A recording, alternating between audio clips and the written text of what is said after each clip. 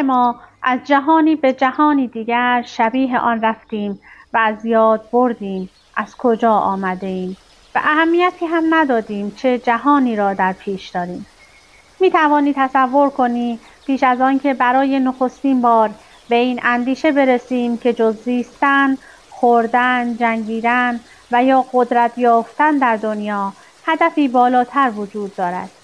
چند زندگی را پشت سر گذاشته‌ایم؟ 100 زندگی را؟ 1000 زندگی را؟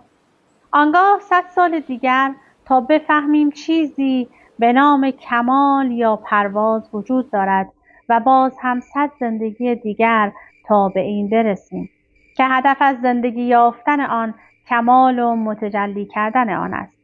پس بدیهی است جهان دیگر را بر اساس آنچه در این جهان می‌آموزیم انتخاب می‌کنیم. اگر چیزی نیاموزیم جهان بعدی نیز مانند